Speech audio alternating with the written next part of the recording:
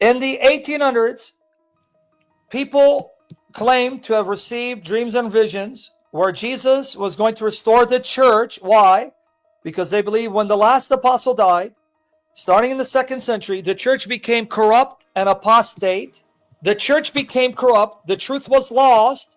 And then Jesus had to wait 1700 years, 1700 years before he decided to raise up people to restore the church, because they have to go that route. So Joseph Smith said Jesus raised them up to restore the church. But hold on. Did you know in the 1800s? There were others who said, no, Jesus raised us. For example, the Campbellites started Church of Christ. They said, no, we were the ones given responsibility of restoring the church.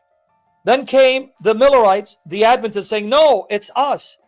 Then came Charles Taze Russell, the founder of Jehovah's Witnesses. He goes, no, it's me. So which of these groups did Jesus raise up to restore the church?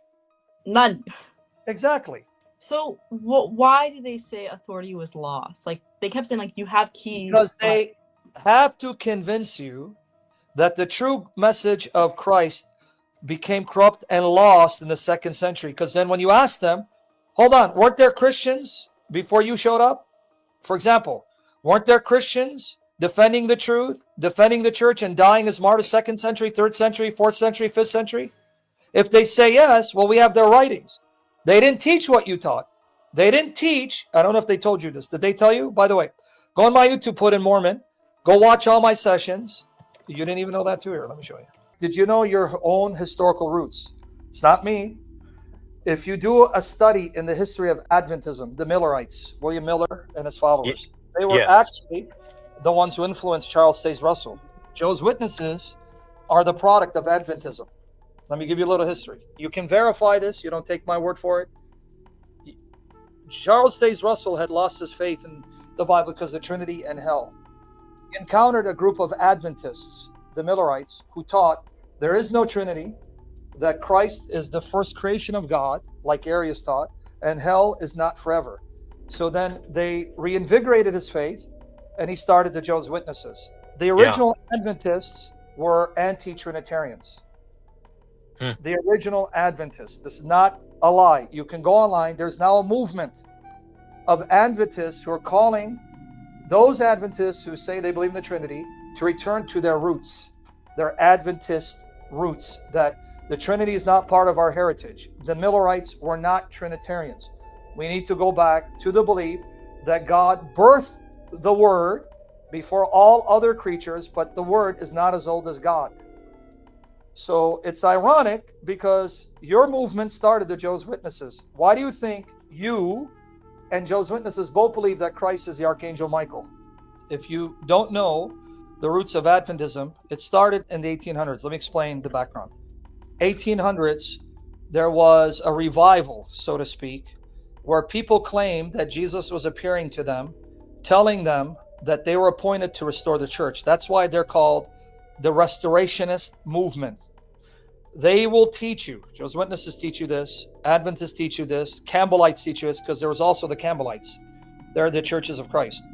That with the death of the last Apostle John, starting 2nd century, the church became corrupt. The truth was lost until the Lord decided 1700 years later to then restore the church that had been lost. Now, you don't understand that's blasphemy, right? Because that means Jesus remained inactive, uninterested in the affairs of the church for 1700 years. And all of a sudden, he now was interested again. And then he decided to call these individuals to restore the church. But then we got a problem.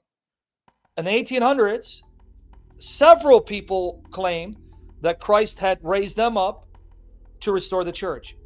That's where you get Adventism. That's where you get Jehovah's Witnesses. That's where you get the churches of Christ.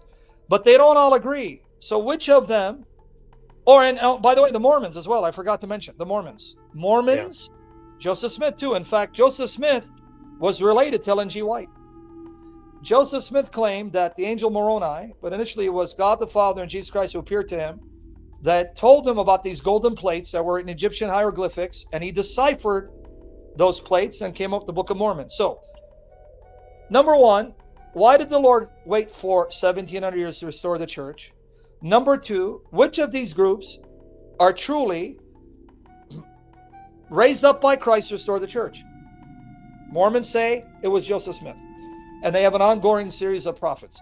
Charles Taze Russell says he and his movement, which now is the Jehovah's Witnesses. Adventists say it's them. Churches of Christ say it's them. What am I getting at? Your roots are not sola scriptura, tota scriptura. The fact that you're studying the Bible, you're seeing the errors, that's a good thing. But these roots only take you as far back as the 1800s. Now, let's say you now want to forego all these denominations, and you want to go back to earlier roots of Christianity. Well, if you stay Protestant, your roots are no earlier than the 1500s. So if you stay Protestant, your roots only go back to the 1500s. And even in Protestantism, it is now morphed into so many different denominations that all claim to be Protestants, and many claim to be evangelicals. So even then, you're in no man's land, because one day you're going to go to a Baptist church, other day you're going to go to a Presbyterian church, other day you're going to go to an Episcopalian church, and you'll never settle because you're always going to be confused. You're always going to be second-guessing and changing your views. Even in Baptist churches, are you going to be Free Will Baptist? Are you going to be Independent Fundamental Baptist, King James only? Are you going to be Reformed Baptist that believe in the 5 points of Calvinism? So if you're really on a journey and you really believe the promises of Scripture, and you believe that God has preserved the church, and the church has never become corrupt or apostate, but he's with the church and preserving the church against heretics from the 2nd century, 3rd century, 4th century, 5th century, then you're going to have to start looking into what those Christians taught, what those Christians believed in the 2nd century, in the 3rd century, in the 4th century. See who these true men of God were, like Athanasius or Ignatius. See what they said about Scripture. See what they taught about the interpretation of Scripture, because they're the men God used to preserve Scriptures, canonize Scriptures, and preserve the church. And you won't remain Protestant. You're going to leave.